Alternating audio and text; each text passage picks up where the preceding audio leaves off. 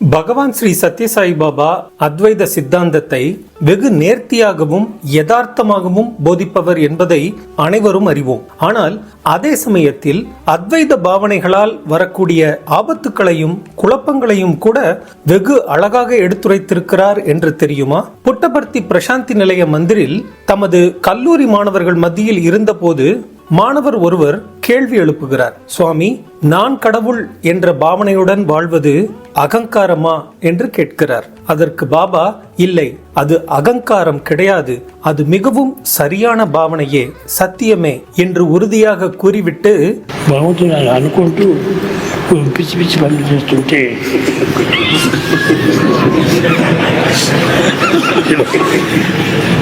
భగవంతుడు అనుకుంటా நான் கடவுள் என்று சொல்லிக்கொண்டு மனிதர்கள் பைத்தியக்கார செயல்கள் எல்லாம் செய்தால் அது சரியல்ல என்றார் வேடிக்கையாக.